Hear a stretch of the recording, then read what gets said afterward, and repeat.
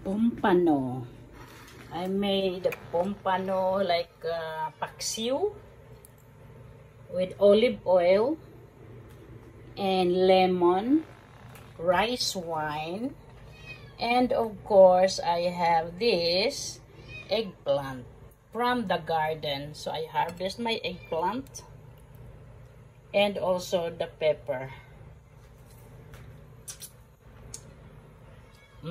Delicious, especially the olive oil. Pompano.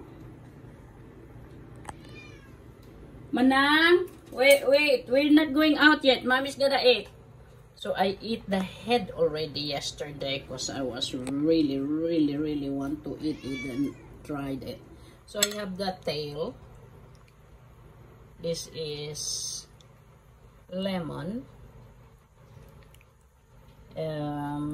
Tomatoes from the garden also, cherry tomato, and here's the tail of pompano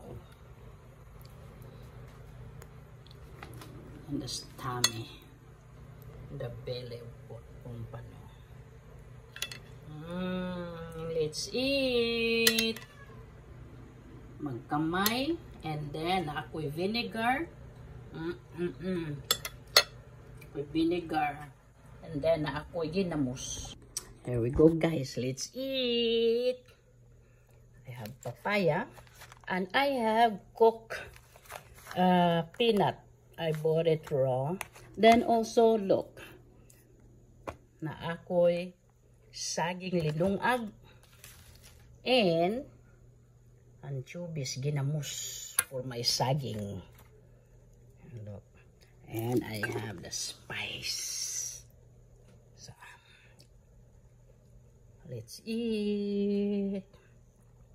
Look at the pompano. I called it inununan.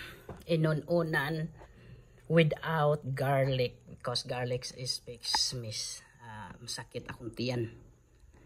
I harvested eggplant and pepper, green pepper in my garden, and also the tomatoes. Lami kayong sabaw niya, guys, sa unon-unan. Let's eat!